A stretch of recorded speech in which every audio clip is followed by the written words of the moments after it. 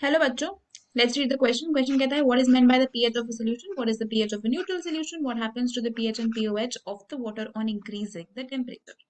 तो अगर इस क्वेश्चन में हम बात करते हैं अबाउट द की कॉन्सेप्ट, तो हम यहाँ पे पीएच की ही बात करने वाले हैं। देखो, पीएच एक यूनिवर्सल इंडिकेटर है। It is actually a scale which is use to determine the strength of the acidic and basic solutions. ठीक है, एक तो ये भी हम पता कर सकते हैं कि हमारा सोल्यूशन एसिडिक है या बेसिक है, और हम उसकी स्ट्रेंथ का भी पता लगा सकते हैं कि कितना स्ट्रॉन्ग और कितना स्ट्रॉन्ग या कितना वीक एसिड या बेस है। तो पीएच स्केल होता है हमारे पास, it goes from 0 to 14, and normal room temperature पे जो हम 25 डिग्री सेल्सियस का कंसिडर करते हैं उस पे पीएच स्केल हमारा 0 से 14 तक होता है। न्यूट्रल पीएच होता है 7। 7 से कम अगर पीएच होगा तो वो एसिड को बिलोंग करता है, 7 से ज्यादा अगर पीएच होगा तो वो बेस को बिलोंग करता है। ये एक बेसिक डेफिनेशन है, बेसिक कॉन्सेप्ट है ऑफ द पीएच। ठीक है, तो 7 जो होता है that is the pH of neutral solution under normal temperature conditions. ठीक है, अगर टेम्परेचर मेंशन नहीं है और आपको पीएच बताना है, that for water that is going to be 7। So neutral solution is water, तो न्यूट्रल के लिए जो पीएच होने वाला है that is going to be 7, this is for sure.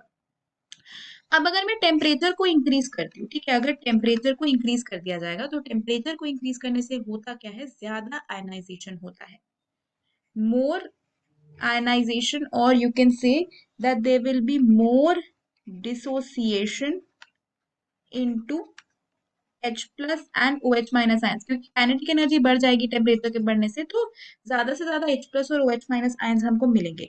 और अगर ज्यादा से ज्यादा H प्लस और ओ एच माइनस आयंस मिलेंगे तो पीएच और पीओएच क्या हो जाएगा, डिक्रीज होने लगेगा, क्योंकि पीएच का रिलेशनशिप होता है with H plus as minus log of O H, minus log of H plus, right.